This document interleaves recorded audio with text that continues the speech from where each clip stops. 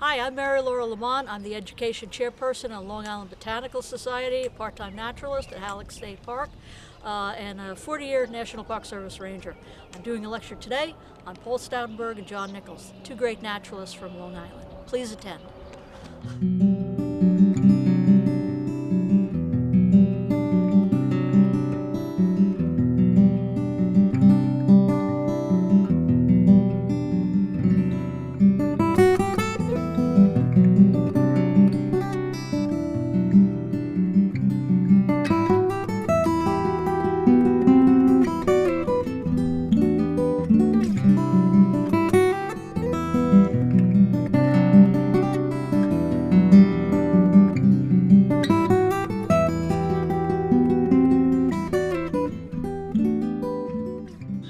Thanks for coming. I know Sunday morning and it's probably a difficult time for some people, but thanks for coming. We had an idea a year ago. Vicki and I started talking about doing a naturalist series. You know, Long Island's got these naturalists who open the door for a lot of the research that we all follow up on now. Where was the base of that? Where were the people who did some work when not everybody was talking about environmentalism? So we decided, why don't we do a series of lectures with that? Along the lines, we tried to identify people we knew were significant in the history of Long Island natural studies. One of them is Roy Latham, you'll see we'll be doing later. I grew up with Dennis Pulston, who was really important in the environmental movement. And Mary was, we talked about other ones in the North Fork, talking about Paul Stoutenberg and John Nichols. Mary had the opportunity to come in front of us and to give us a few words about that. Mary will introduce what she has in mind. We thought that's great. So we're going to do 2 more lectures along those lines this year. Maybe next year we'll add Dennis Pulston and some other people. We think it's important to have it recorded, to have some idea that archivally we can keep track for those who want to know what is the basis of Long Island's interest in environmentalism. And it's a strong basis here for a lot of people who worked hard to do some things along the way, not the least of which was Paul Stoutenberg. I'm fortunate enough to have grown up around him and with him. Went birding with him many times in the lighthouse in the North Fork. I knew him and his son and the efforts that he made. A very generous man, very nice man. So I'm really thrilled, and so I hope that as long as there's only a few of us, we're going to record it. We'll have it. We'll have something we can base some real information here if people want to study what's going on with the history of the naturalist movement on Long Island. So, I'd like to make one comment or notice is that Mary Laura is a chairperson for the Long Island Botanical Society. Her husband is president of the Long Island Botanical Society.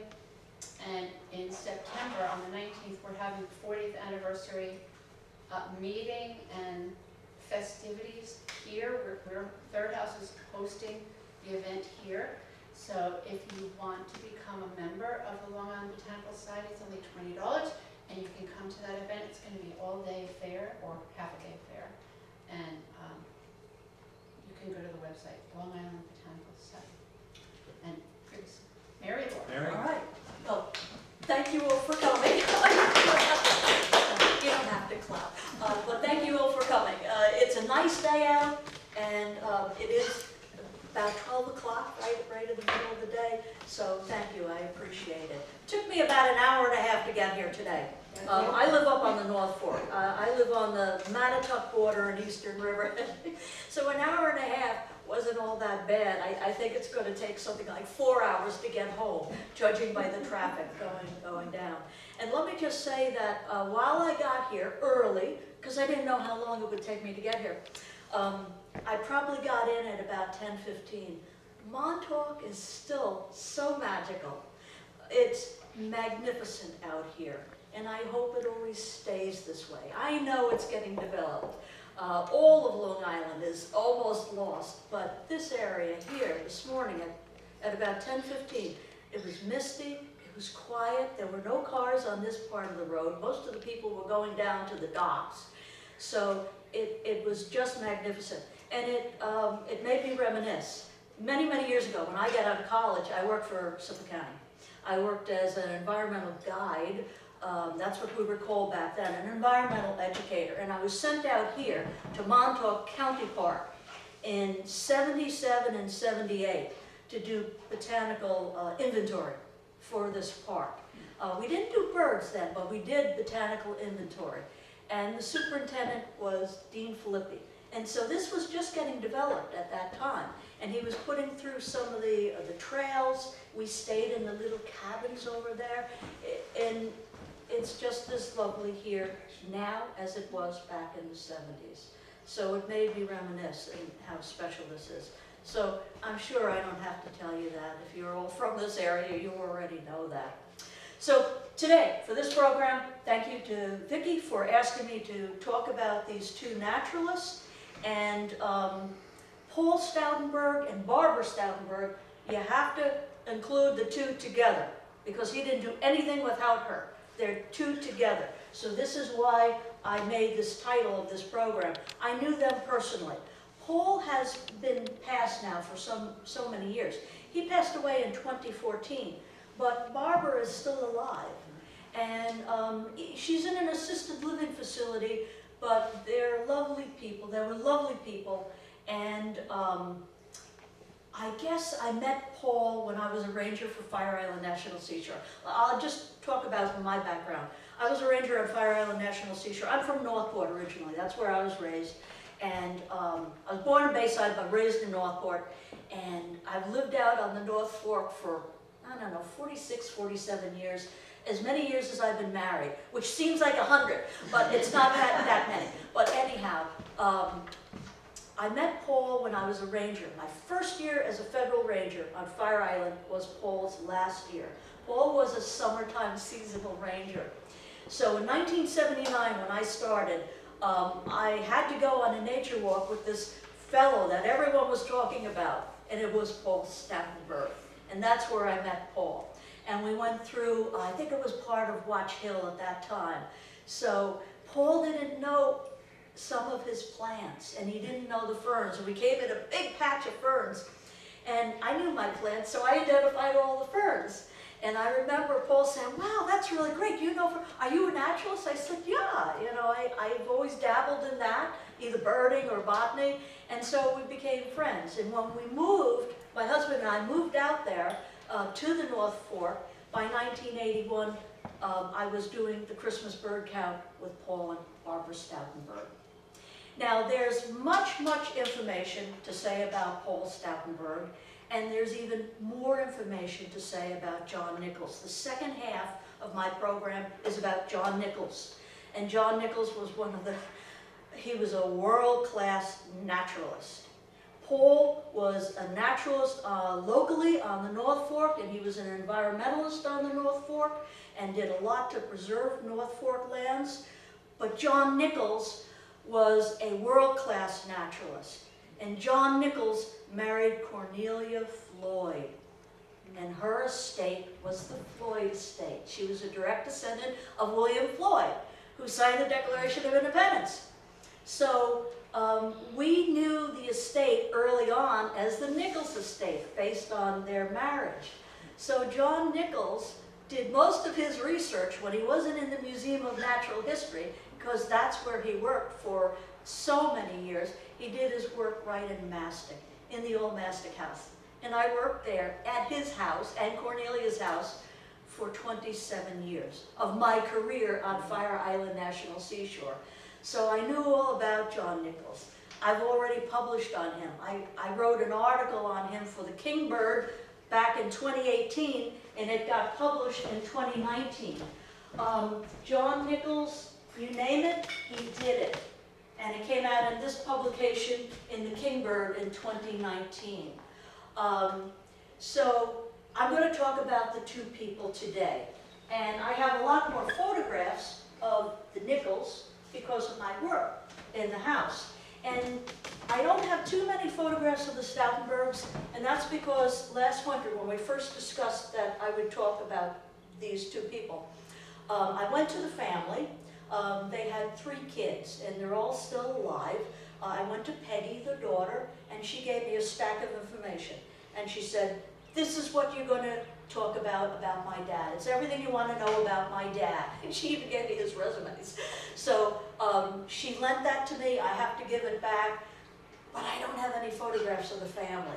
What I did get is I had to photograph pictures from newspapers that came out in the local news review or the Suffolk Times. So that's why these are a little grainy.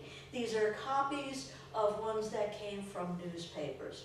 But anyhow, so that's the two parts of what I'm going to talk about today. If you folks have any specific questions, this is informal enough. You just ask as I go along. And there's going to be a lot I'm going to forget, because Paul and John Nichols, they did so much stuff. I can't possibly stand up here and recite all of the things that they did do.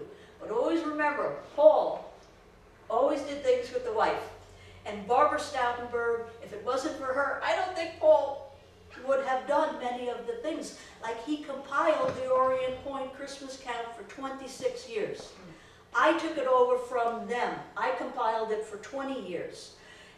Paul Stoutenberg took over the count from Roy Latham, who did it since 1904 until Paul did it.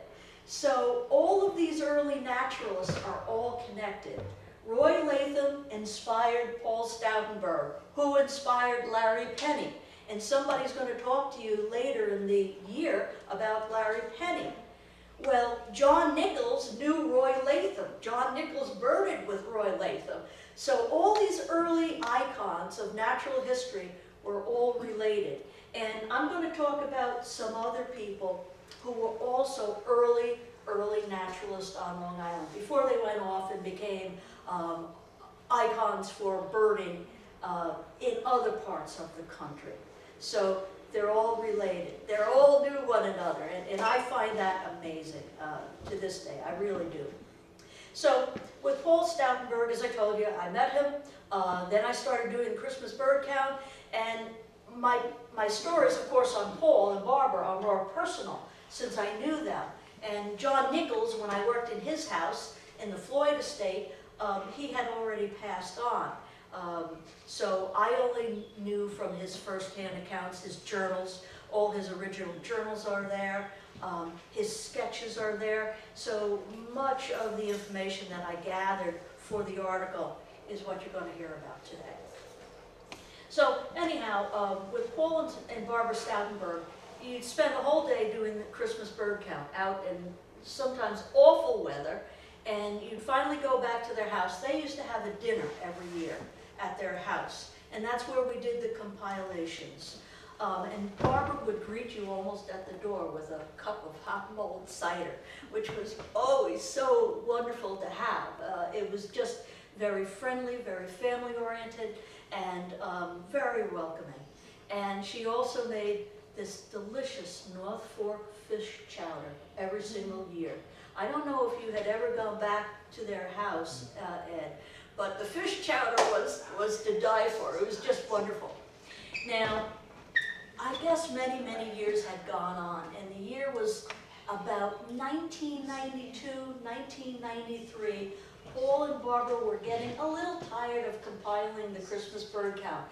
It takes a long time and a lot of effort and a lot of work to do a bird count. So Paul would call people, get the parties ready, get people in order to go into their sections on a specific day to count the birds. And Barbara would stay home and did the cooking for like 30 to 40 people. And so it was always a team effort with these two. So anyhow, they were ready to give it up after so many years of cooking and birding, and I understand that, because I did the same thing after I took it over. So when Paul and Barbara were beginning to get a little bit older, Barbara had mentioned, you know, we're getting tired of doing this, and it's a lot of work, and nobody was stepping up to take over the Christmas bird counts, which was done since 1904. The Orient Christmas bird count has one of the longest standing databases in the history of the bird counts, which were established in the year 1900 by Chapman. So it has great data to it through all those years. And so I, in my youth and dumbness, said, okay, well, I'll take over the count. I'll do it. And I had 2 kids at that time, little ones. And so I had no clue what I was getting into. But Barbara was delighted. Paul was, well, I don't know, maybe we'll think about it. But Barbara said, Barbara was ready. She said, here, take all these papers. So she gave me all of Paul's original papers. She also gave me the original fish chowder recipe. So for about 17 years, I made her recipe. I would bird in the morning, run home, do all the cooking, because you know, she used to do the cooking. He would go out birding, but I did all of it. So after 17 years, that was enough of the cooking. I stayed out birding, and I didn't have people back to the house anymore after that. But still, I have that original fish chowder recipe. Barbara was so excited to give the cow. It's on the original papers. So I have all of that at home. So little stories about the Stoutenbergs. When I first started going with Paul, he wanted to, I guess, check me out to make sure I was an okay birder. And I can remember going in trucks. I felt like we were going on safari. We went into the wilds of Orient. And he would say, well, find this bird, find that bird, and he would stay in the truck. And we would go to people's houses, and he'd say, well, you go around back, you look for the birds back there.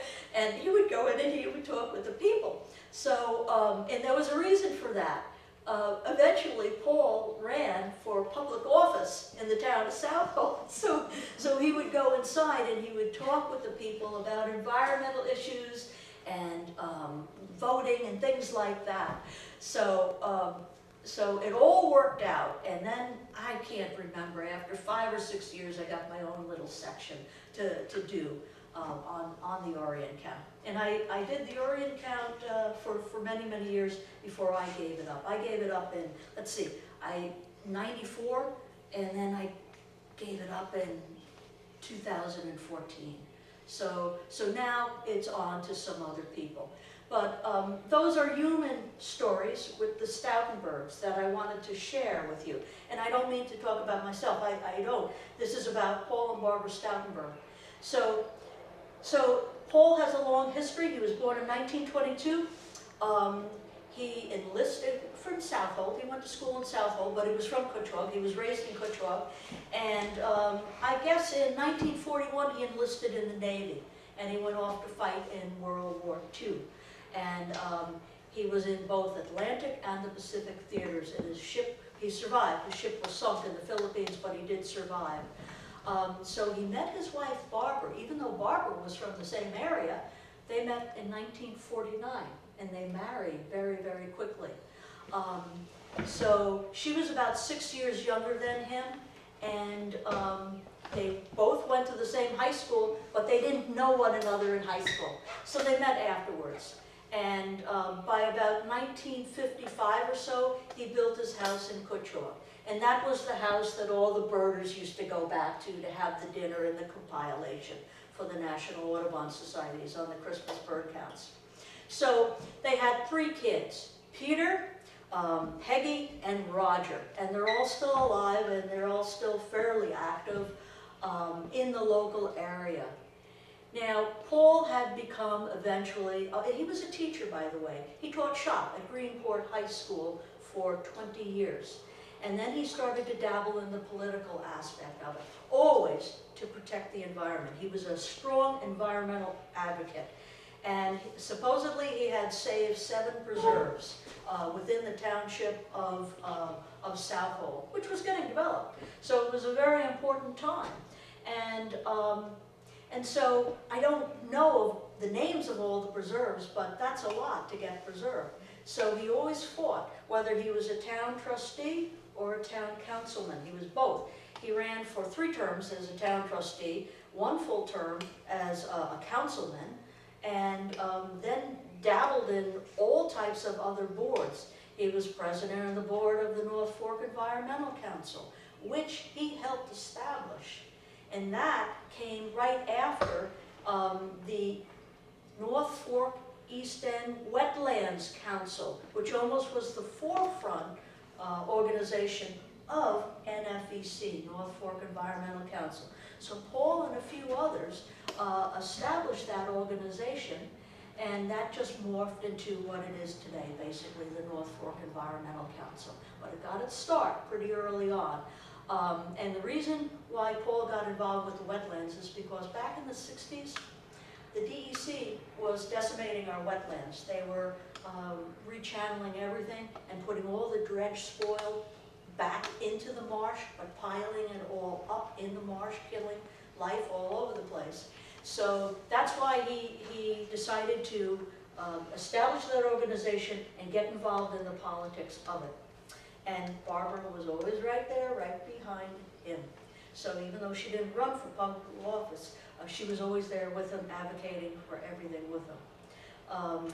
They had met actually at work. They had both worked for the Long Island Produce Association in Riverhead. And so that was their first meeting, and their first date was at the Cranberry Bog Reserve, which we've gone to so many times as a botanical society. And speaking of the Botanical Society, there were a number of people who were, I guess, the forefathers or the people who established the Long Island Botanical Society, the one that Vicki talked about, we're celebrating our 40th year. We never thought we'd last that long, but it's 40 years this September. Paul and Barbara were instrumental in establishing that organization with several other people. So the list goes on and on and on, and he received many, many different awards, such as the Nature Conservancy's Oak Leaf Award. That's a national award for volunteer work. He was the president of the local North Fork Nature Conservancy, did everything as a volunteer. Then he got local awards, and they're very, very numerous to go on and on with. So I'll forget half of them, but I never use a cheat sheet. I have a cheat sheet today because there's so much that they did, and it just goes on and on and on. So a lot of organizations were all beginning to be established by Paul and Barbara. So the shots that I have are just few and far between. As I said, they're from newspapers, so they're a little grainy. But the ones on John Nichols are taken from the first-hand documents for when I was a ranger at the William Floyd estate. So they'll be a little bit easier to see on your eyes. Any specific questions that you have right now before I start? Yes, Ben. Did he have an environmental education? It sounds like he was really self-taught. He got a 2-year degree in agriculture from Farmingdale. Then he got an environmental science degree from Oswego, and he got his master's in education at Adelphi. So that's why he became a teacher. But he was a shop teacher at Greenport for 20 years. He retired in 1978. So his environmental expertise, he was self-taught. He was self-taught. And who taught him? Roy Latham. He hung out with Roy Latham. So Roy Latham influenced him greatly. And Roy Latham taught Paul the secret locations of some of the rarest plants in New York State to this day, such as the tipularia, crane's fly orchid.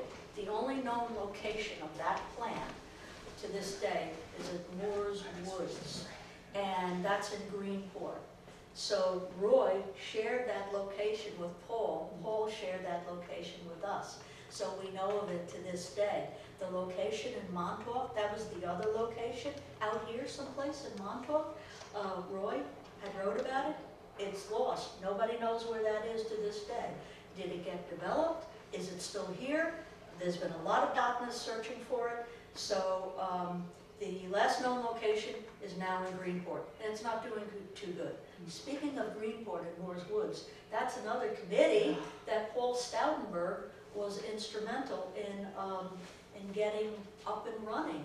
I can't even remember the exact title of it, but he received the Presidential Citation for establishing and preserving, there's that word, preserving. We always thought Moore's Woods was preserved, preserving Moore's Woods. And he had the high school students from Greenport High School come through and establish the trails in there that are used to this day. It's one of the reasons why Vicki and I and a few other people fought so hard to get the town of Greenport several years ago to not put that train in the middle of Moore's Woods for the kids. Now Greenport, as you know, it's got some land. They could have picked another site for the train ride for the little kids. they picked Moore's Woods. And they waited till Paul was deceased on this. And sure enough, that train is now in Moore's Woods. So they kept saying, we went to the board meetings, they said, oh, it's just a little piece of Moore's Woods, a little piece. But you know, you have a local environmentalist that received an award from the president to preserve that. And, oh well, it's not preserved. We found that out the hard way. And the backside of the preserve, the campground wants to expand it to the backside of Moore's Woods. So it's like, it's really hard now to even save what is left. And you have to be vigilant and you gotta be on top of it. And it's the only way you could do these things anymore. Just hold on. Yes, you had a question. Oh, where is the Botanical Society celebrating? Well, Is it on the North Shore, it's or- all over. No, Oh. no, we have members from all over, mostly the city and Nassau County, Suffolk County, Nassau, I already said. We don't have a lot of members, but we used to do field trips all the time. Vicki does a lot of field trips for the society. We used to have lectures, and then COVID hit and kind of derailed us. And we no longer have a base. It used to be at the Muttontown Preserve in Nassau County.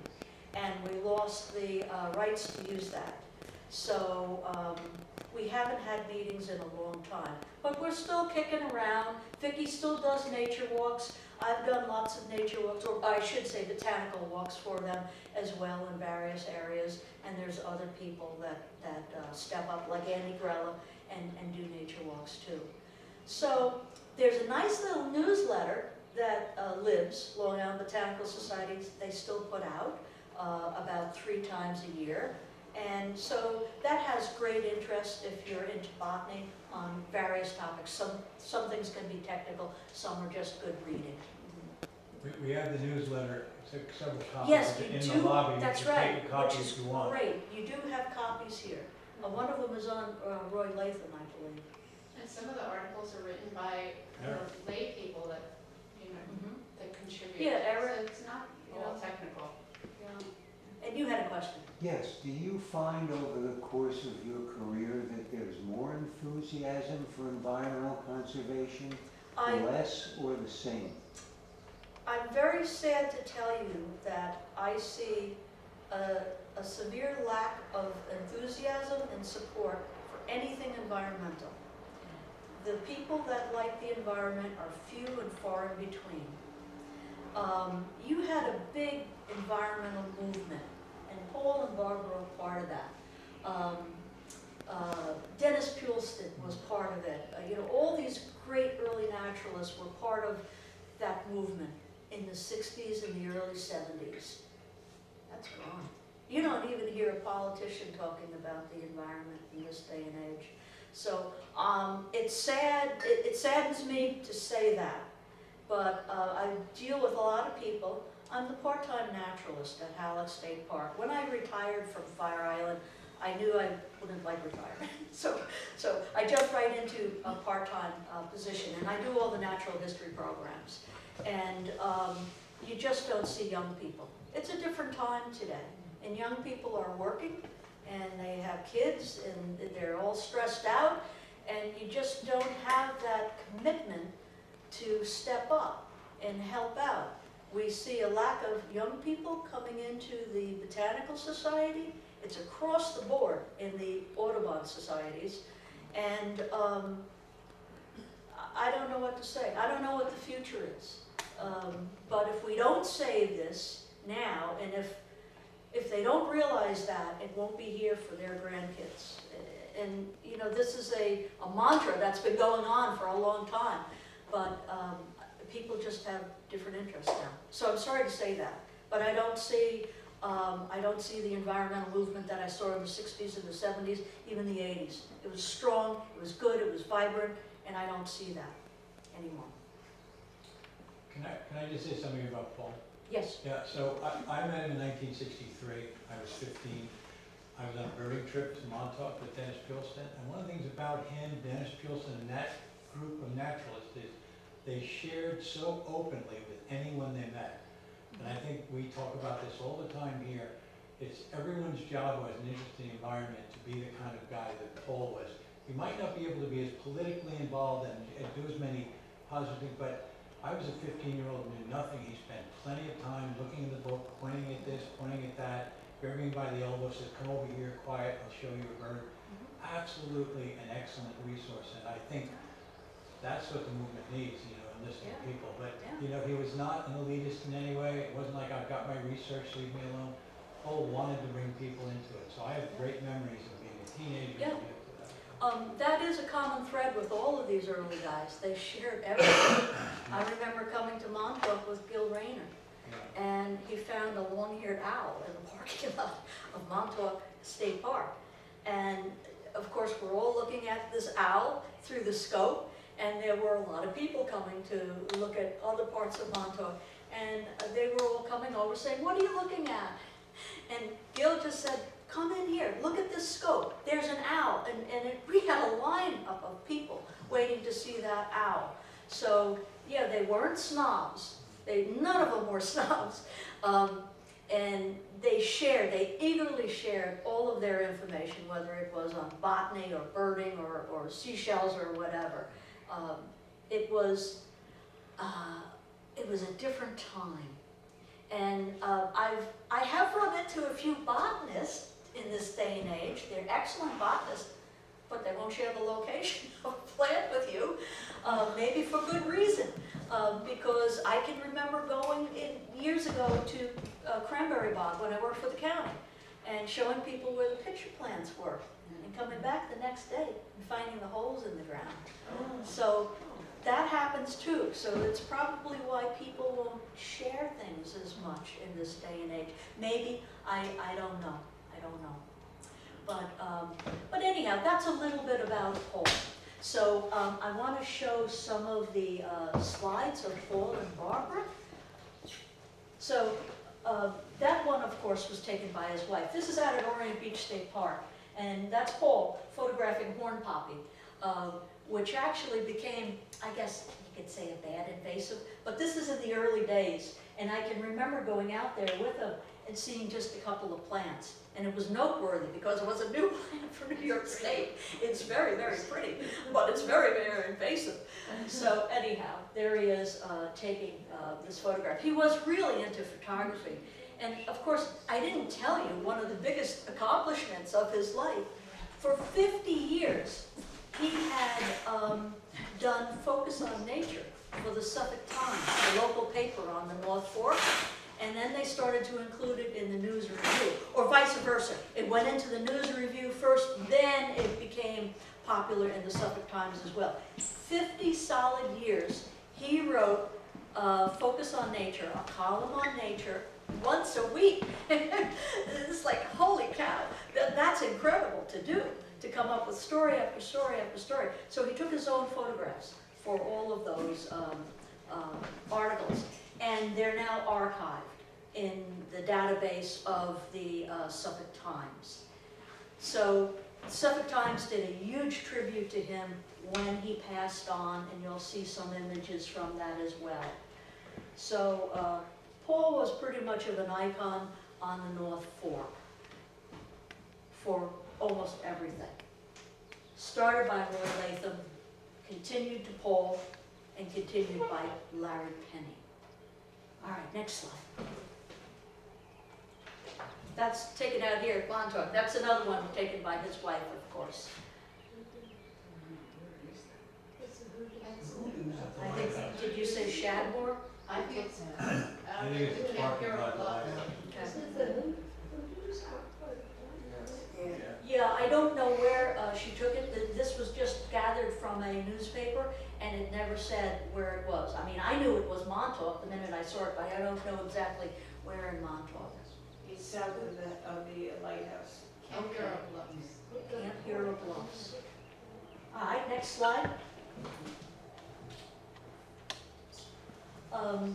So this shot was taken of them in later life, and I'm sorry, I apologize for the graininess, but this is a photo taken from World War II of Paul in his uniform when he's a young guy. He enlists in, as I said, 1941. So it's an early photograph of him, but it's out of the newspaper, so it's grainy. The North Fork Environmental Council has had many more anniversaries since then, but on the 30th, they honored Paul and Barbara. In 2002, they did the same thing on the 35th anniversary of NFEC as well. And next slide. This is a classic, and this is published in many different areas when you see anything on Paul Stauffenberg. This is the one that's always used. This was taken by his wife, and there's a little kestrel that they were rehabilitating right on his camera lens. So a great naturalist, a great photographer, and Barbara was the one that took the photographs of Paul. Next slide. We have that photograph of him with the kestrel in our visitor center. Paul and Barbara both were instrumental in establishing Halleck State Park Reserve. They were involved with, let's see, at that time, it was the Peconic Land Trust. The Peconic Land Trust brokered that deal, and Paul was on that as a board member, I believe, at that time period. So we have that photograph of Paul with the kestrel up in our visitor center. So here's an ivory gull. I mean, how many of us have ever seen an ivory gull? If I recall right, I may be wrong, this could have been taken off of Montauk. He would come out to travel for really rare birds, but that's his Focus on Nature articles and excerpts, which appeared in the South Fork Natural History Society newsletter. So this was a combination of his articles, just a few. And you could see they span the years. This is the 1997. He wrote on everything, whether it's fish or bats or birds. He just wrote on everything and did a lot of the photography himself. Next slide. Just to give you a variety, he would do plants as well, 2001. He just did everything. Next slide. What was his take, friend or foe? Both. Both. I read the article. It said both. Because it holds the ground against erosion, which it does. So it keeps the water back a little bit, although it's a useless plant for wildlife. You know, it has replaced all of our native cattails, which is unfortunate because that has a very good food value for various animals, such as the muskrat. But anyhow, it's considered as part of your wetland ordinances. So if you want to take down your Phragmites in a wetland, you can't. You need permission from the DEC. That's his picture of the foxes. So again, this is the only ones that I could get off of the newspapers that the family gave me. They did not give me any personal photographs, and that's okay. That's all right. I would say they're a private family. Next slide, thank you. Thank you for doing this. So these are all pictures that appeared in the Suffolk Times and the News Review through the years. Paul and Barbara, after he retired from teaching full-time, they used to do camps for kids, take them out sailing, take them bird watching. They did it for years and years and years. When he was a ranger in the summer times on Fire Island, he also lived on Fire Island with his wife. And they lived at Old Inlet, which is Belport. You know Old Inlet? Well, they lived there. And he wrote a book called Old Inlet. And I had a copy of that book as a ranger, and I don't know what happened to it. I couldn't find it in my collection. But a great little book on the natural history of the area and fishing and how wonderful it was. So he also led some field trips down south to other areas with him and Barbara, taking people on ecology trips for just a couple of years. Can I say something about the cattail thing you mentioned? In this park, at Big Reed Pond, is one of the last places on Long Island you can see cattail marsh. It's still a significant one. We were watching year by year the Phragmites march across there. And when I was a teenager and a little after that, it was a regular trip to take us down when we were out reverting to Big Reed Pond, just to look at the native marsh, because there's not much of it left. Yeah. So all of Carmen's River, all of Peconic River, we can't find it. All we find is Phragmites just come in and take it over. That's right. So anybody here, when it goes back, you're really looking at a glimpse into the past and what the marshes once were here. And it's really quite, it's, you know, buttonbush and lots of other vines growing in there. We don't get any of that in the Phragmites marsh. But Paul was very aware of it, as was Dennis and these people. And so we were out here, they take the younger people and say, hey, look at this. One time, Carmen's River looked like this. One time, Baconic looked like this, and North Fork looked like this. But it's so hard to find it anymore. Yeah, it is. The only other place that I know of on the island that has a very good cattail marsh, freshwater cattail marsh, is Plum Island. I used to go to Plum Island to do the bird censusing, and I did some plant work over there. And they have a really nice cattail marsh, and Virginia rails are over there nesting, and marsh wrens are nesting in it. So these are things you just can't find much anymore on Long Island. Yes? So why wouldn't the DEC say, oh, you can't take this down? Why wouldn't they encourage the renewal of the cattail? Was there some Erosion. It's sea level's rising. I mean, everyone realizes that. It does hold the sea back a bit. So you're right at the water's edge, and you got to take that out. That's major excavation to do something like that. So I forget how many feet back wetlands are protected, freshwater and saltwater areas. It depends on your town, I believe. Like East Hampton is probably at least 200 or 200. 150 feet. It is? 150. I always thought it was more.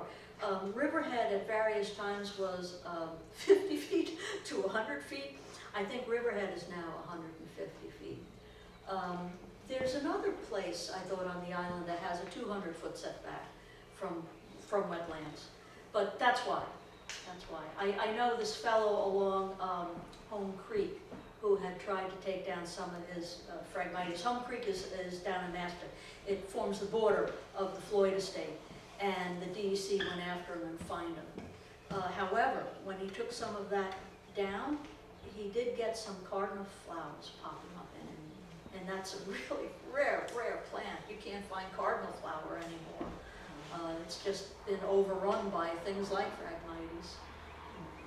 All right, There next. are also regulations about how you can dispose of Phragmites. It's very strict in how they're disposed of. Huh. So that might be another reason the DEC is involved. Yeah, I guess they don't want the Can't seeds escape to the dump. escaping. You know who documented the first Phragmites on Long Island? Roy Latham. Yeah. He wrote about it in his journals. Yeah, He said he saw a lady, right, I don't know, a Model T Ford or something, going down Old Sound Avenue with a clump of Phragmites, and the seeds are going all over. And that he documented the first Phragmites on Long Island from that scene, and he wrote about it in his journals. It's in Roy's journals. That's how we know about it. Next slide. So just a photograph again of the two of them as a couple, always as a couple. And Barbara was wonderful, and she still is wonderful, and I would always include her with Paul. So even though Paul was an icon, Barbara was always right behind him, always, and supporting him and helping him do everything. It is a nice picture, yeah. All right, in the next slide, now in 2013, the town of Southold, to thank Paul for all of his environmental work through all the years, the town established the old Hashimomic Pond Preserve in honor, they renamed it in honor of Paul. So at the ceremony, Paul was still alive in 2013. His wife went, and his wife read a poem that Paul had written. And if you would let me, I want to read the poem to you, and then we'll go on to the Nichols. But that is now what it's called today, the Paul Stoutenberg Preserve. So it's named after our wonderful icon, Paul. Paul put up something like over 40 osprey nesting platforms on the North Fork. You know, they're all over it, and you know, it's just, the list goes on and on and on. So it's quite striking with all the work that these people did do early on. And let me get that poem. I have it here. Barbara, Paul was confirmed in 2013. So he died when he was 92 years old, so he couldn't go to that meeting where they honored him, but his kids were there, and Barbara was there, and she received the plaque, and she read this poem. I don't know Paul as a poet, but this is what he had written, and she read it that day. It's called Looking Back. I know where the largest rock on the island lies and how the warm sandy beach was formed. I know the smell of creek mud, black and soft, and what part the waving thatch grass plays. I've dug for clams, scooped for scallops, and caught eels by firelight. I cooked on the beach with seaweed and rock. I've cut the trees for firewood, split and piled them high. I've raked the lawn each spring and fall, sailed the boat with winds and tides when they played tricks with me, swam on top of the sparkling bay, and I dove beneath in another world. Watched the great blue stalk its evening meal, walked the pebbled beach on starry nights. I built a home and moved a barn and strung a fence, collected eggs and downed a steer each year. They had their own cows and their own little farm animals that they would utilize. I banked the wood stove to last till dawn, put out the cat that rules the house, put down my well and drank with joy its water clean, laid down the bricks, a path for friends to come and go. Each year planted a garden for food and delight, pulled apples, pears, and peaches at summer's end, kept the busy bees in hives and spun their golden honey, smoked with applewood the fish, the eels, the venison, slid down the back hill and skated the pond, seen the wonders of 2 boys and a girl, and so it was a sense of place was found, and I a part of it. So, that's the poem that she read when she received that plaque that day. Yeah, it is a very nice poem, and I don't know of any others that Paul had ever penned, but that's his last one. And you could go on to that next slide. And now, John Nichols. So, any questions about Paul right now? All right. Well, John Nichols. Wow. John Nichols wrote over 1,045 publications. He was incredible. He married Cornelia Floyd. First off, he was born in Massachusetts, but moved to New York City when he was only 2 years old. And, let's see. I guess he went off, started his first travels in about the year 1900, and he published on that eventually. He sailed an old whaling ship, the Nuanu, around Cape Horn with his brother. New what? The Nuanu. N-U-A. Well, anyhow, it's in here. It's in the publications. Nuanu. It sounds like a Polynesian name to me. Okay. And it was a sailing bark, and he sailed it around Cape Horn. With his, well, he didn't sail it. I mean, there was a captain on, but he was on that expedition that went to Hawaii with his brother. And it took him so long to get around Cape Horn, his parents became very concerned, and they sailed all the way from the west coast out to Hawaii. They were very concerned that the ship was lost at the Cape, but it wasn't. It just took them like 6 months. And so they finally got to Hawaii. And he was only 17 years old when he took that trip with his brother. So he was always into natural history.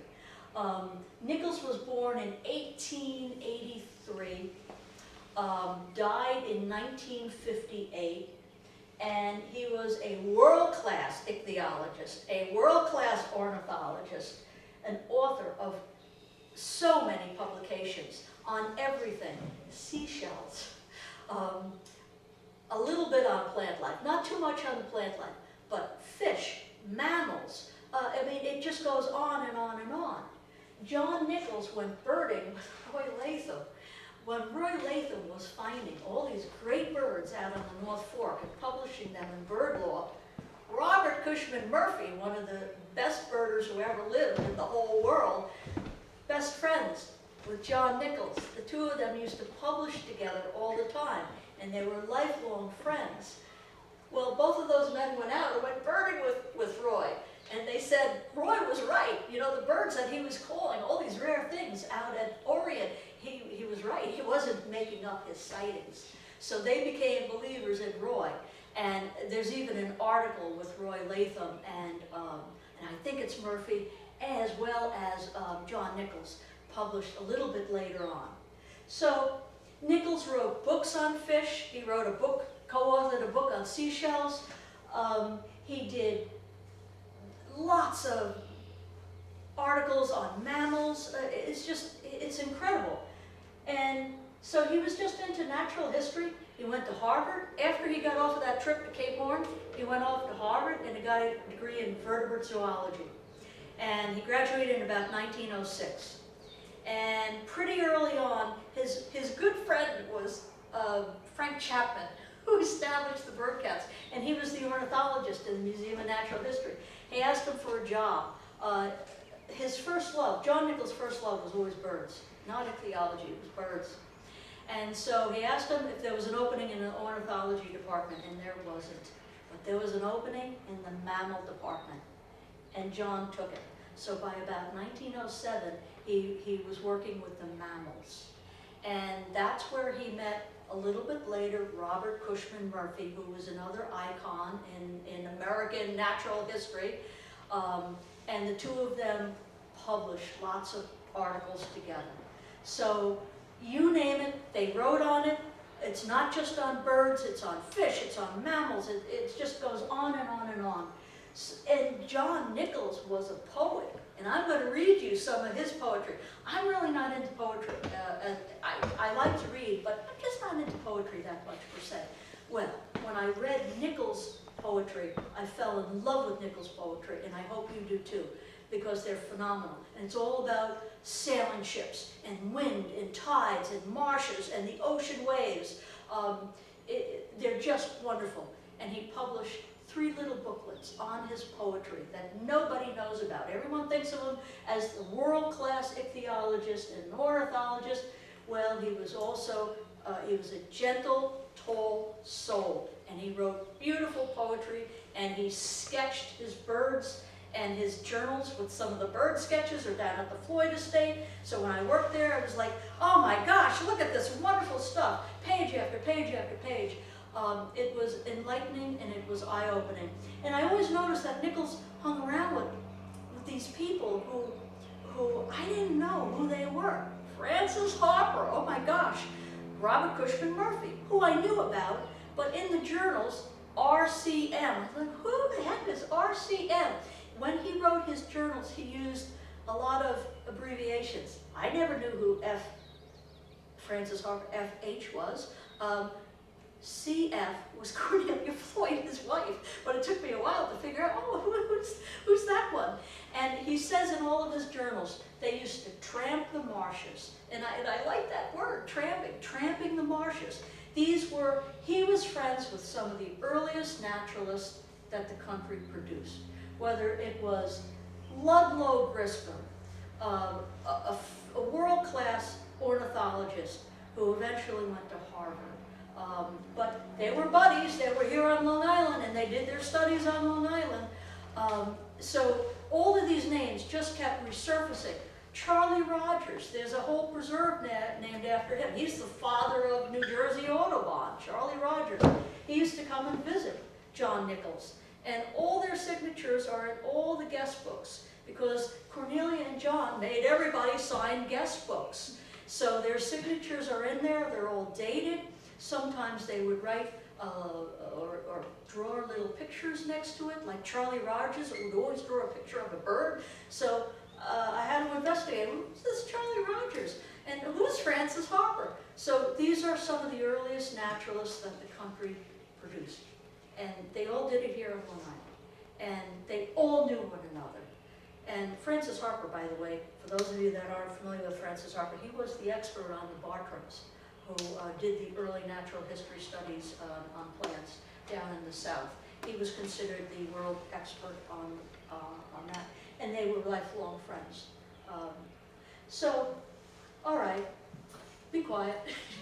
Next slide. Well, here's the graduation photo from high school of John Nichols. This is like 1900. That's what he looked like.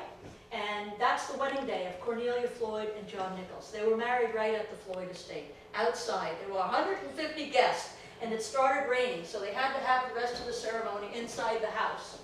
So that's the wedding photo, and they were married at the estate in 1910. Next slide. That's the William Floyd estate today. And that's the place that I spent the brunt of my Fire Island career at. And that's what it looked like this winter.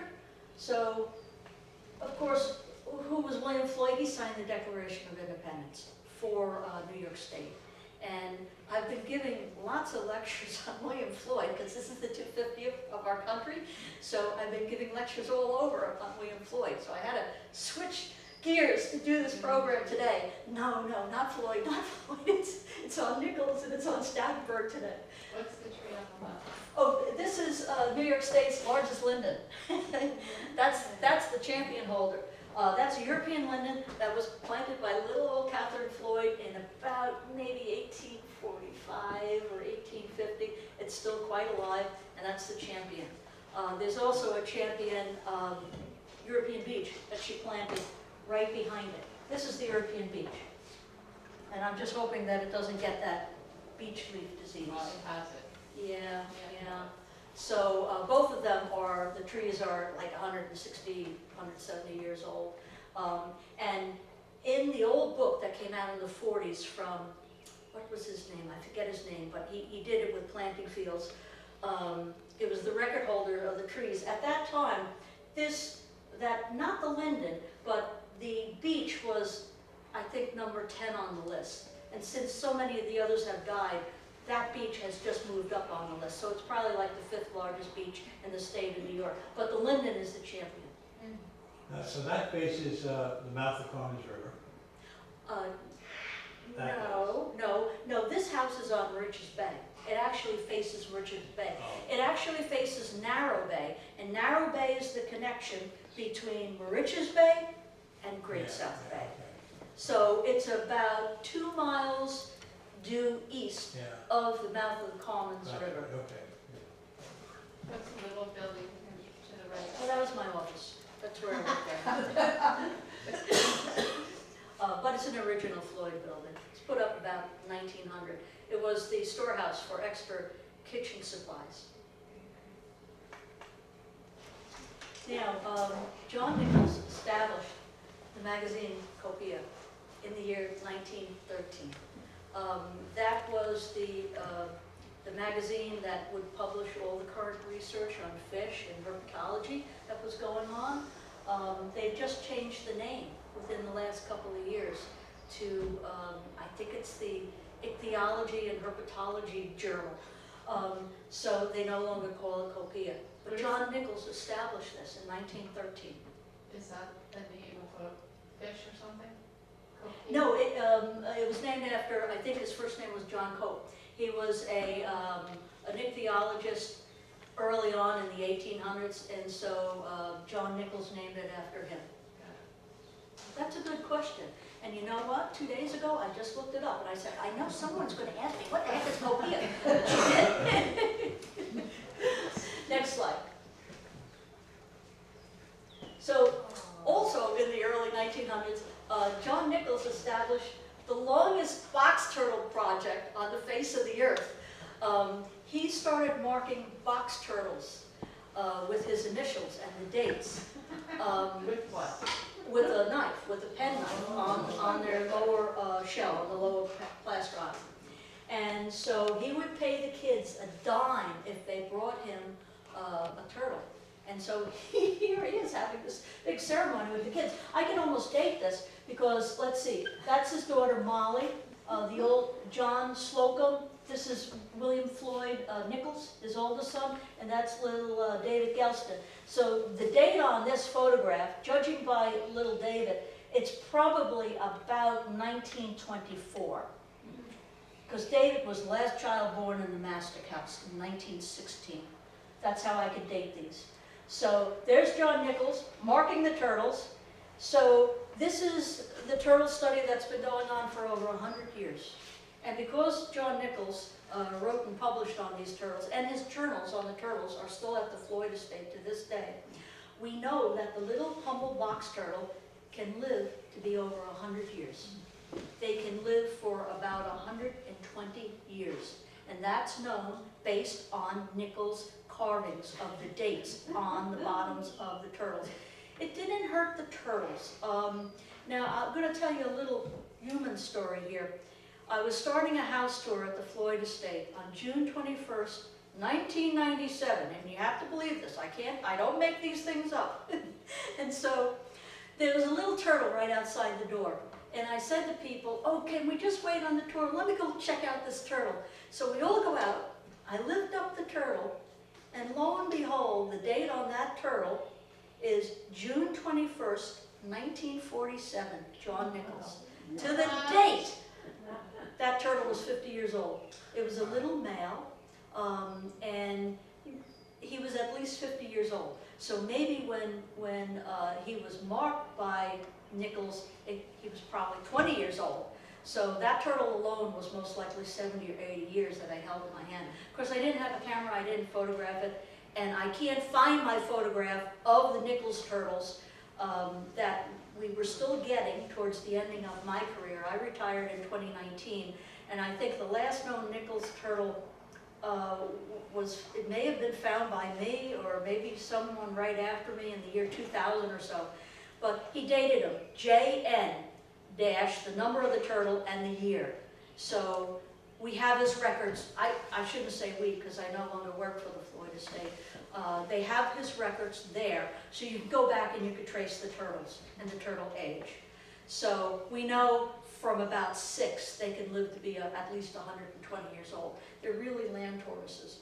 So this study went on for over 100 years. It's no longer being continued by the National Park Service because there's no more rangers in the National Park Service that do this, and there's no more interpreters in the Park Service either. So it's a changed Park Service from the way it was in the old days. So the turtles that are still surviving, are they marked, are they not marked? Don't know. Yes? There's a woman out of Stony Brook, I think, who's doing an eastern box turtle study. I heard that, yeah, I can't yeah. remember her name, but she's Yeah, been doing it for a few years. well, she must know of the Nichols Right, study, because this was the first one ever done, and one of the last ones to be discontinued. It was over 100 years. So, Yeah, she must have. I know that she's working in that area. She's working in the Carmen's River area because Pete Pilson is working with her on a box turtle study. So the woman you're talking about, we saw at the National History Conference about my time. But anyway, Yeah, she's the Long Pond Green she's Belt. working in that Oh, very okay. area. So I don't, she must have Nichols records. I don't know that, but I would think she yeah, would. I don't know if there's a Nichols records or may also be in the Museum of Natural History.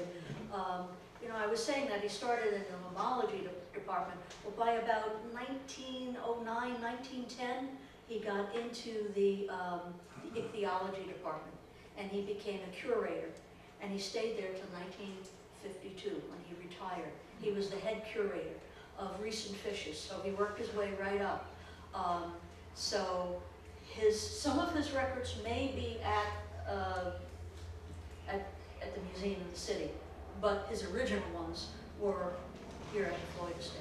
And it was just, wait till I read you some of his records. It's just like, oh, as a naturalist, this is just like heaven. Just reading his notes of the way it was and what he saw and what he marked, whether it was a bird or a turtle or whatever. Next slide. Oh, and wait, I'm sorry to keep making you go up like this, but just remember this little girl here. That's a Du Bois. What's her first name? Henrietta Du Bois? Just remember her. She helped mark the turtles as well. They all helped mark turtles because all the kids wanted a dime. Dime was big money back then. Yeah. Yes, next slide, I'm sorry. So, I don't know who drew this, but this was found in the archives of the Floyd estate, and one of John's 3 sons became a naturalist like he was, and that was David Gelston Nichols. And he had a son, John Nichols, the famous author who just died. He wrote The Beanfield Milagro War, and he also wrote The Sterile Cuckoo. So, so there's a whole history, and again, all these people are connected.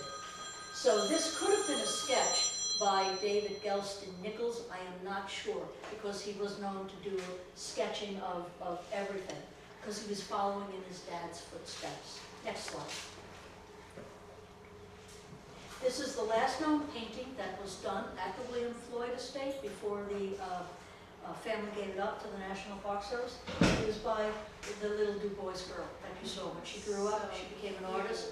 And if it were, it's not that scrunched up. If the picture was a little bit longer, it would look a little bit better. But anyhow, that's the last known painting done on the Floyd estate. She went to Cornelia Floyd in 1975 when the family was giving up the house. So, just a little bit on some of the publications. This is just some of the publications. The Marine Fishes of New York and Southern New England, John Nichols. He established the Bird Club of Long Island in 1939, and they went on to publish lots of articles through the years. So, this is all on the piping plover. Leroy Wilcox, another great naturalist. J.T. Nichols, notes on the piping plover. Alan Cruikshank, he's very famous. So this was just on piping plover. Nichols did one separately on the birds of Oyster Bay. That's for you, for Oyster Bay. I'm glad I put this in here today. See, I knew you were coming because you were interested in that Oyster Bay history. So this went on for years and years and years, all of these publications. Next slide. I don't have a photograph of his book, Freshwater Fishes of China. It came out in 1943. And I thought I had photographed it before I left. Obviously I didn't. If I did, I couldn't find it. So that was his last book, I believe. But he went on to write other various publications and things like that. So these are some of the earlier ones here. This is on bats with Robert Cushman Murphy, John Treadwell Nichols. This was published in the Auk, Notes on Long Island Birds, John Nichols, Robert Cushman Murphy, Ludlow Griscom. 6 New Fishes from Northwestern Canada, Francis Harper, John Treadwell Nichols. So the list goes on, and there are literally hundreds. And like I said, he published over 1,000 of these. Bulletins from the Museum of Natural History, and the Auk, and Bird Law, they're all over the place. Next slide. So John Nichols also would take lots of people out into the marshes. Now, the family told me that he never shot a bird. He would go with other people who would shoot the birds, and that's what they did in those days. They would shoot birds, then identify them. And he used to skin them, and the skins are in the Museum of Natural History to this day. So here's a photograph of John Nichols pretty early on. This was all published, by the way, in the Auk, putting out stool. And the stool are these little decoys. John and his boys would carve all these little decoys and stick them in the mud. And then they would see the birds, and whoever he was with, sometimes the birds were shot, sometimes they weren't, but they photographed them, and Nichols would then sketch them in his early journals, which are just wonderful. So this he wrote with Francis Harper, and Francis Harper was the photographer who was taking the pictures for this particular journal. Francis Harper also photographed the Puspatic, the Okeechobee Native American people early on in the history of our country, and those shots are down in the Smithsonian to this day. Francis Harper used to tramp the marshes of Mastic before he even met John Nichols. So he was familiar with the area, and he has very early photographs of the Native Americans that are now in the collection down in DC. Next slide. So this is all from that same article. You could see all of the stool, the little decoys that they put out. It was marvelous to bring in the birds, and sometimes they were shot, sometimes they were not. Next slide.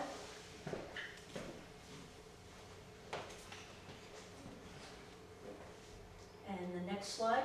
It calls them ox eyes, greater yellowlegs. I'm not sure what the ox eyes were. It's the old term for some shorebird. We don't use that today. I thought ox eyes was the ring-necked, or semi-palmated plover. I thought that's what they were, but I'm not sure. I'm not sure.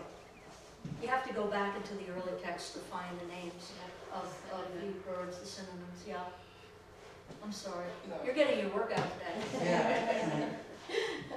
Well, this is what remains of those shorebirds. I never heard that term. These are the original stools. Stool, I never heard Yeah, that. that's what the family used to call them, the stool. We put out the stool today.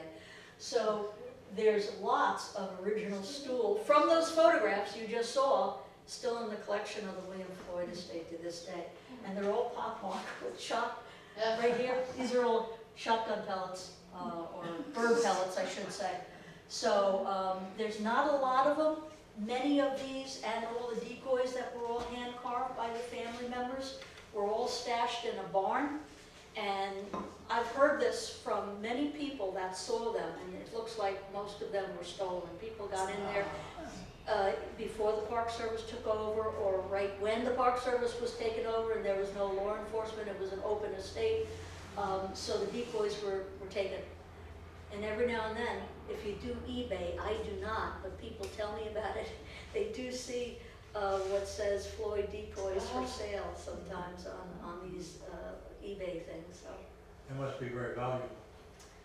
I guess, I don't know. I just know what people tell me. William Buck Dana, the Dana estate, his adopted son, was very big into hunting, and you could still find his decoys for sale to this day. Whether he made them or someone else made them, but it has, I guess, his stamp on it that shows he owned it. But I love the shorebird ones. They're more delicate than the duck decoys. And next slide. Now, these are some of Nichols' journals, early journals. I just love them. I love reading it. And what he did was, after he had written about it, the next page, he'd sketch those birds. So, mastic, August 28, 1915. In the afternoon, with an easterly coming on, we found 2 northern phalarope in the weed at Beach Point Cove. That's right off the Floyd estate. It's actually on Fire Island, where Smith Point is now. In the early morning of the 30th, after the storm, presumably the same 2 birds were still there. They were very tame, and when flushed, flew only a short distance before alighting again. LG, there's that initial, LG, that's the famous Ludlow Griscombe, tried unsuccessfully to harpoon one with the paddle of the canoe. I just couldn't believe it when I read that. Can you see these 2 icons in early natural history, America, trying to harpoon phalaropes with the oar? That is just incredible. Next slide. All right. Oh, this one. Well, that's a black tern. I guess I didn't put the black tern article in, but I put in this one up above, because that one is about this bird. This has such an old-fashioned name, I don't even know what it is. I couldn't find it. I tried Googling it, and it came up with a fish. So, mastic, 1915. We got up before dawn and crossed the bay to Little Beach Point for snipe. It was a bad morning, nothing doing. After a time, a single large bird, which might have been a greater yellowlegs, came in with steady flight high up. I pronounced it a willet, and although marveling somewhat at its long, slightly broad bent bill, and different color from a fall willet, which I was very familiar with, I didn't until late in the evening of the following day, after having gone through the painful process of making a skin of it and having eaten my share of the succulent bird, realized my mistake. Then, starting to measure the skin for eastern or western race of willet, I immediately became suspicious of its identity and promptly determined it as a ring-tailed marlin. What the heck is that? I don't know. I don't know what a ring-tailed marlin is, but that's it in the upper one. Not the lower one, that's the black tern that he wrote about. But I didn't want to go on and on and on with all of these essays, so I'm just showing you different pictures. So if anyone knows what a ringtail marlin is, please tell me. Next shot. Another book that he did in the 1920s, about 1927, on fishes. Original copies were all down at the Floyd estate. Next. Thank you. I think we missed some. There should have. Yeah, keep going. Keep going. And go back. Yes, you go back. Oh, well, no, that's, wait a second. You have to go to this one. It's number 26. Or number 28. Excuse me, number 28.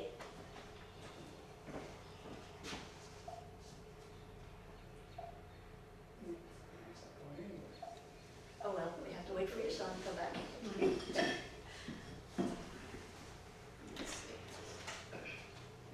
You know, Ludlow Grissom is such a legendary name, and until you spoke now, I had no idea that he had spent time in that state.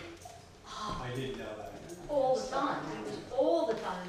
Actually, John Nichols and Ludlow Griscom took a trip out to Wisconsin to go birding with Aldo Leopold, and that's written about.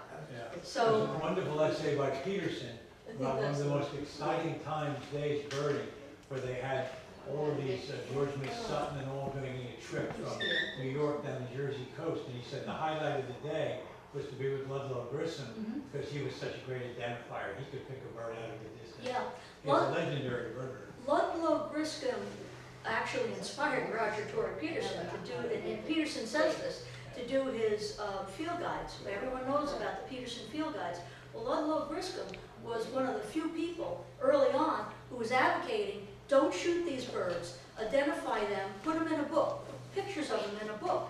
And so he was the one that got Roger Torrey Peterson interested in that field guide mode, and he ran with it. Roger Torrey ran with it. Became successful. That's it. Okay. Stick on that Don't one. go far. Okay. Yes, thank you. Please don't leave again.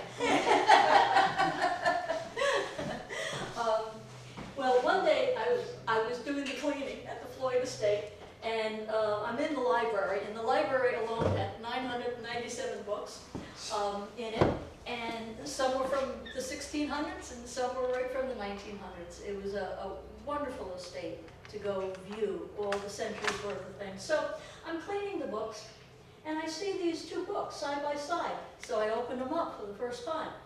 They're by Vanderbilt, To Galapagos on the Ara, and then Taking One's Own Ship Around the World, which was just a little bit later. So I figured, oh my gosh, I wonder if John Nichols went on those expeditions with Vanderbilt. So you can go to the next slide. I didn't quite know if he did or not. No, it's jumping. There should be two images of fish. Two images of fish? Yes, Is it? and another one. Okay. There were two new fish from those expeditions, particularly the first one in 1926, that John Nichols identified, new to science, never before known. And this is one of them, speckled green rasp. So Nichols had to name it. You could see his name on the end there of the species. So they had a painter come in and do the actual pictures, paint them, and then were put in the book. And then the next slide, it's the band-tailed The one. This one? cat shark. Yeah, the band-tailed cat shark, which was pulled up off of Florida. So these are two new fish that were found on Vanderbilt's expedition. Nichols didn't go on the expedition. He identified the fish for the expedition. So I didn't know that until I was investigating in these books. So Nichols got publications on it. That came out in the American Museum Notes, and it's also published in the book, the paintings. And next slide, Well, there was one other, I don't know if it was this one or, that. okay. This is priceless. To Dr. John T. Nichols, with the compliments of the author, William K. Vanderbilt, 1930. So he gave those books to his friend John T. Nichols. We never knew that there was a connection between the Vanderbilt expeditions and John T. Nichols. We never knew that. As a matter of fact, there's another thing you all will probably know about, but didn't know, that John Nichols was the ichthyologist who identified the shark. You all know Jaws, the story of Jaws, Peter Benchley's book, which was based on a true story, basically, that occurred in Jersey in 1916. Well, that was on the Jersey coast where the shark ate 4 different people. Well, who do you think was the ichthyologist who was the head curator then, almost the head curator at that time, assistant curator, sent down to Jersey to identify the shark that did those killings? It was John Nichols. And nobody knows that. So he was the early scientist that went down there, and he identified that killer shark as a... Tiger. I don't know, I'm sorry, bull shark. No. No. He identified it as a great white based on the measurements of the teeth and the wounds and all of that. Huh? So people kept saying it was a bull shark. Yeah. Nichols identified it as a great white. Huh? So they did a whole documentary. I don't know if you ever saw that on TV several years ago. So anyhow, that's all been documented, and Nichols was the one to do it. When they were making that documentary, the people making it came to the Floyd estate looking for his journals, but we didn't have any documentation on that. So we sent the guy into the Museum of Natural History, and that's where they found all the information about Nichols was the one that was sent down there to identify that killer shark. And they did get the shark. The shark was eventually caught, and it did have the remains of humans in it. But people insisted it was a bull shark, but it wasn't. It was a great white shark, a rogue great white shark. And he was the one that said it was a rogue great white shark. But his boss in the museum did not believe him and disputed him, and it turned out to be Nichols was right. I asked, Yes? I know about dog sharks, but I didn't know about cat sharks. Yeah, it's a secretive, cute little shark. They're fairly small, and they took it out of deep water off of Florida. So that was just discovered in the early 1900s. We used to have dog sharks in Lake Marshall. Oh, okay. Well, that shark was speckled banded, as you could see. Right. And there are now, I think, other species of cat shark have been identified. I think there's a few throughout the world. But this is just all to show you what an icon John Nichols was.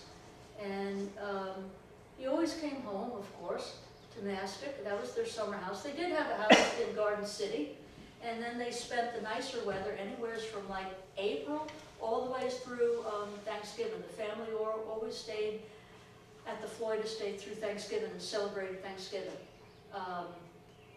there, and then they would leave and go back to Garden City. Mastic was a little too far for John to go back and forth to New York City to the Museum of Natural History. So they used it more as a nicer weather place. But it's where Nichols did most of his writing, and most of his, all of his bird banding was done there. He did lots of bird banding right from his window. The little desk and table was still there, and his grandchildren were the ones that told me he used to band birds. He set up a box trap right out the window, would capture the birds, wheel them in on a rig, put the band on, let them fly out the window. So that was then. And that table, that chair, that library, that's no more, that's gone. So if you do go to the Floyd estate today, it's very different. The Park Service has gutted it, and you only see that room with a couple of displays in it. It's totally changed from the way it was that the family gave it to us. Everything has been put in storage all over the country. So the family gave tens of thousands of artifacts to the National Park Service for safekeeping. So it's no longer there in the house. So I don't know what will happen with John Nichols' papers alone. They're very, very valuable. Let's hope the archives are still kept. There's thousands of papers in the archives, which go back to the 1600s. And these are the Nichols archives. So even though John was a world-class scientist on so many different things, he took the time to write poetry. And as I had said earlier, it was all about winds, waves, and the tides, and lovely things, sailing ships on the ocean. So his mom, in 1921, published the first one. The first volume was published by his mother, and she lived in Oyster Bay. They lived in the Kettles, which was the big estate right next to Teddy Roosevelt's house. So that was their place then, and she got the first one published, and then Nichols published number 2 and number 3. So let me read some of these poems to you. You can go on to the next slide.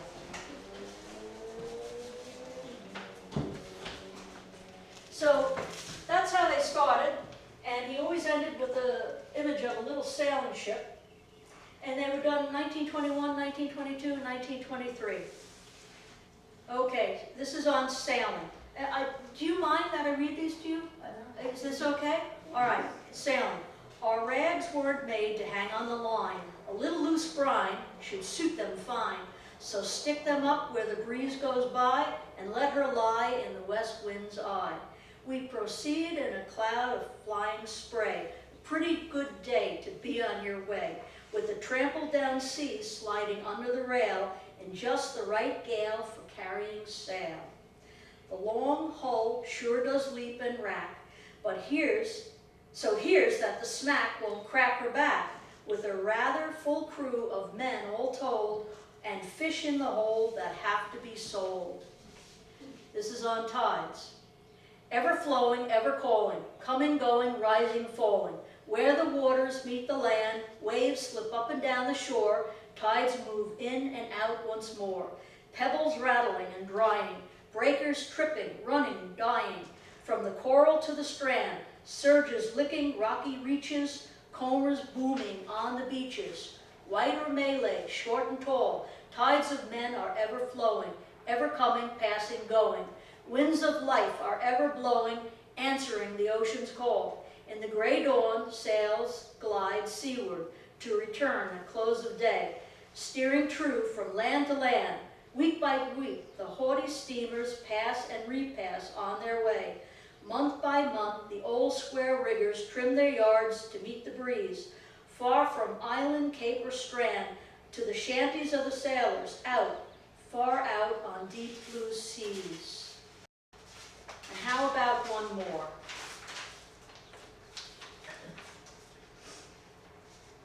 Song of the Surf.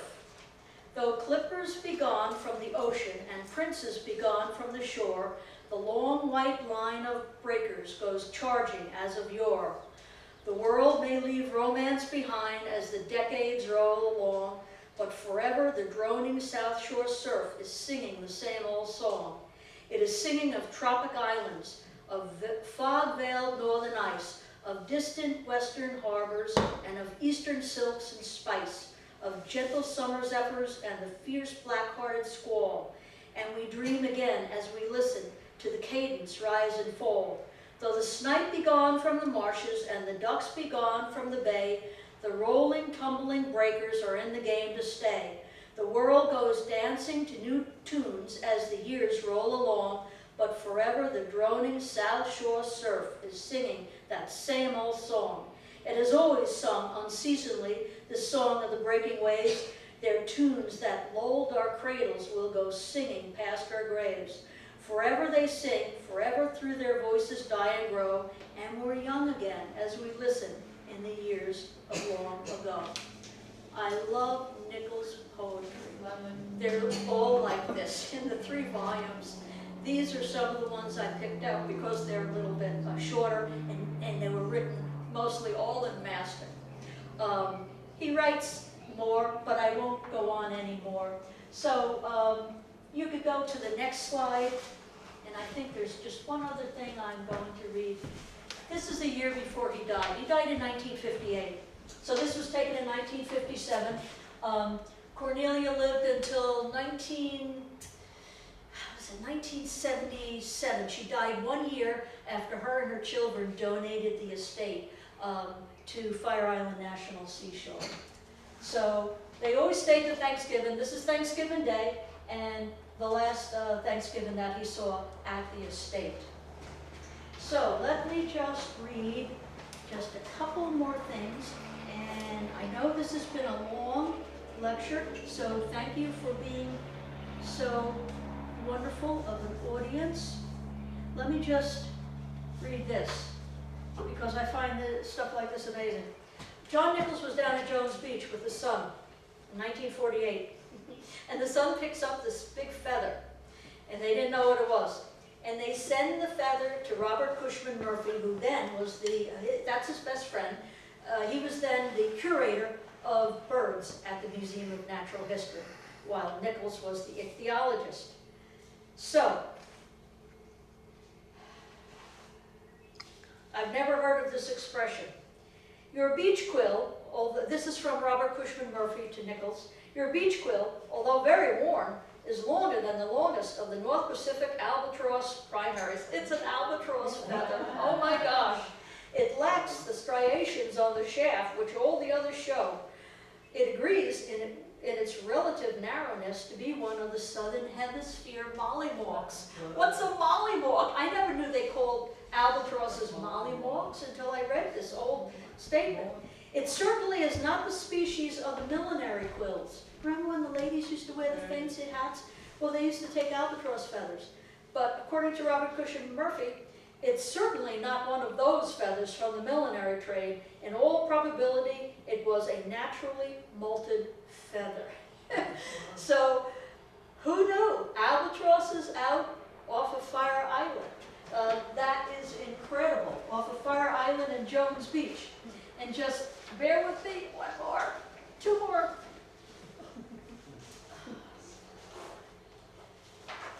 Okay, that one we can forgo. But this one, this is from Mastic. This is 1913 in Mastic. This is what his journals look like, by the way.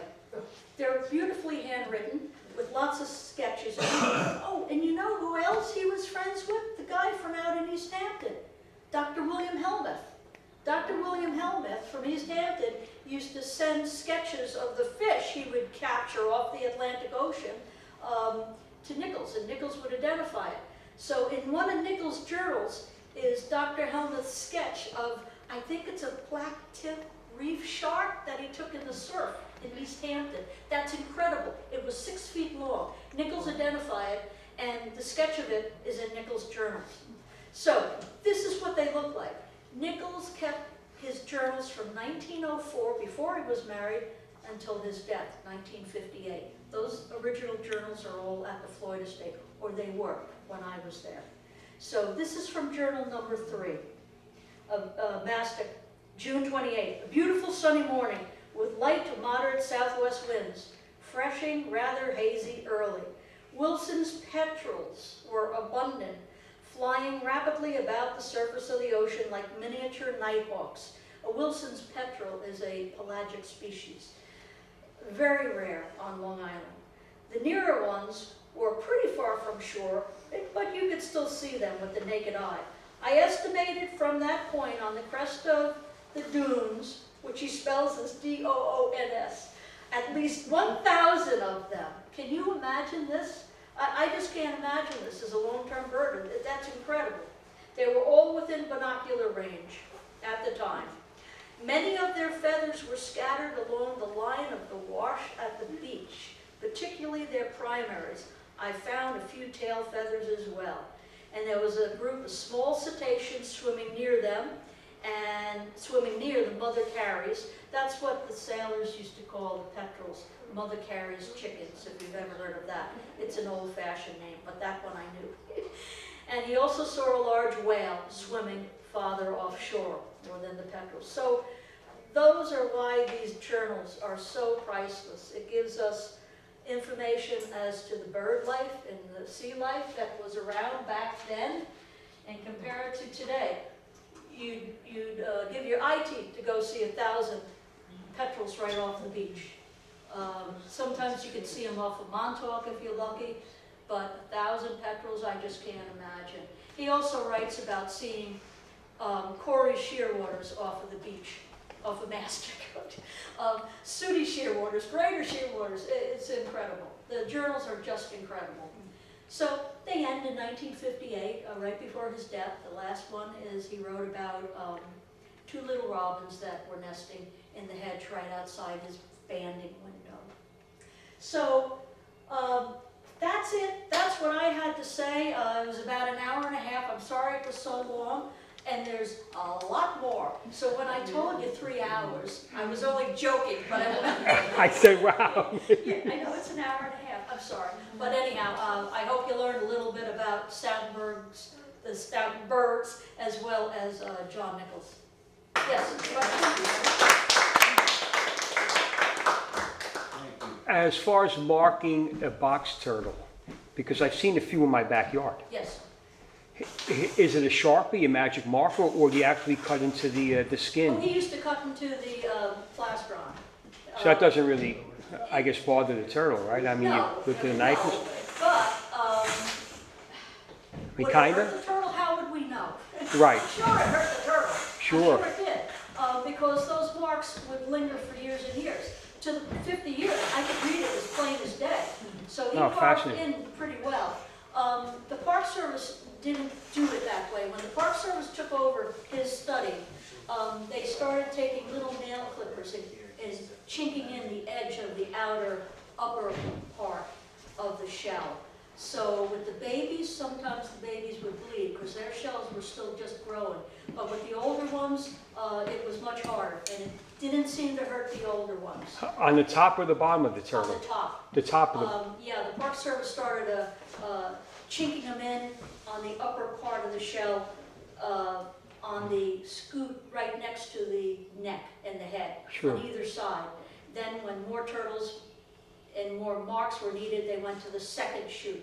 And sometimes they went to the ones near the tail. So that's how they marked them. They would take a little file rasp, file and a little V mark, which didn't seem to bother the older ones. But yeah, the young ones, I've seen young little ones bleed sure. from a nail clipper. Oh, Yeah. I'll tell you what's getting done now, because Pete Pilson is doing a study in Carmen's River, is that every pattern on the back of, is unique, every pattern on the back of the box is unique. So you can take a photo of it and then program it, and he's got a program that will then tell him when they find it again, take the photo. The computer will have it all in there, so it saves you a little bit. That's safer, yeah. Yeah. Yeah, every box turtle has a different pattern on it. So, like a fin whale, they all have different color patterns on them, and humpbacks are the same way. So they could do that with the turtles. I forgot to read you just one little paragraph. This is Ludlow Griscom's book that he came out with in 1927. Well, anyhow, Ludlow Griscom became the ornithologist up at Harvard. And as you said, an icon. But he did his early work with Nichols here. So he writes this book, and he talks about Nichols in this book, because Nichols gave him so much information for this book. Nichols was going to publish this, but he gave way to Ludlow Griscom. And so Ludlow does thank him for that in this book. But let me just read to you what the great Ludlow Griscom says about John Nichols. Above all, I must thank Mr. J.T.N. Nichols, who knows more about Long Island birds than anyone living, who magnanimously surrendered his plans for publication for the sake of this work, and who have done all he could to make this work a total success for Griscom. So that's John Nichols, humble, a tall man, a giant man, but a very gentle soul. And for someone to write that poetry, is a great, gentle soul. All right. Yes. do the box turtles carry any kind of like salmonella if I picked one up? Yes. Perhaps, or they do? Can. They can. As I understand it, they can. So you want to use gloves. And I mean, the little turtles that you see like crossing the road, any turtle can carry that. Sure. But more so, I think they have poison ivy. Oh. I mean, they're always covered with poison ivy because they're always crawling through poison ivy. So you're probably going to get poison Yikes. ivy over salmonella. One thing that you pointed out today that's really important about all these artists people, We had a lecture here by a professor from Brown it was about Native American culture. And he asked a question when he started, before he talked, he said, how many people keep journals? The only person who raised their hand was Alan, and the only one who was there, and he said, well, this is the problem.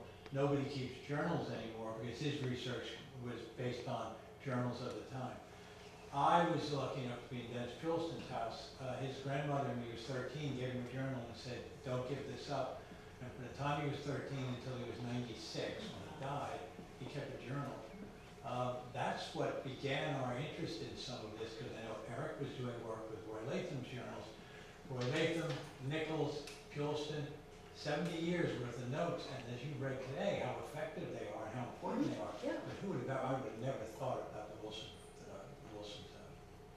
what do you call it? Petrels. Wilson's sorry. Petrels, yeah. Wilson Petrel, hundreds of them, no, that's unbelievable. Thousands. But it's in their notes, and it's the same kind of thing that's in the notes of all these people, Roy Latham's of the world, we have some of that. Yeah, yeah. And Well, nobody does it anymore. well, that's true, they don't, and, oh well, it was a different time, Yeah. and people took the time to write. But Yeah. it generalizes history, in other words, we get an overview of things, but all those individual moments where he's standing on the beach in Mastic and saying something a day is such an insight, it's such a photograph of an exact moment, and we lose that. And the way he writes, it's beautiful to read. I mean, they were just beautifully written. You can also do a journal with it's just facts, fact after fact after fact. But Nichols and Roy Latham, their journals are just beautifully written as well. So journal writing in those days was maybe a little different from people today who sometimes keep a journal, where it's just a fact. Like I keep a bird journal, but I don't, I don't write like that. I'll just put down, what birds I saw or something like that. Well, no one knows about John Nichols today. And when Vicki initially asked me to talk about Paul Stoutenberg, I said, well, you have to talk about John Nichols. No one knows about him, but he's done so much. And it's a name, it's forgotten today. But he's connected with all these early field naturalists who used to tramp all the marshes and the seashores, and yeah, it's great It's stuff. also amazing to think of these connections you're pointing out today, the connection between Nichols and Latham and Stoutenberg and Penny. Yeah. There's a real connective tissue going everywhere with these people, the great work that they did. Yeah, that's right. All righty. Fabulous, very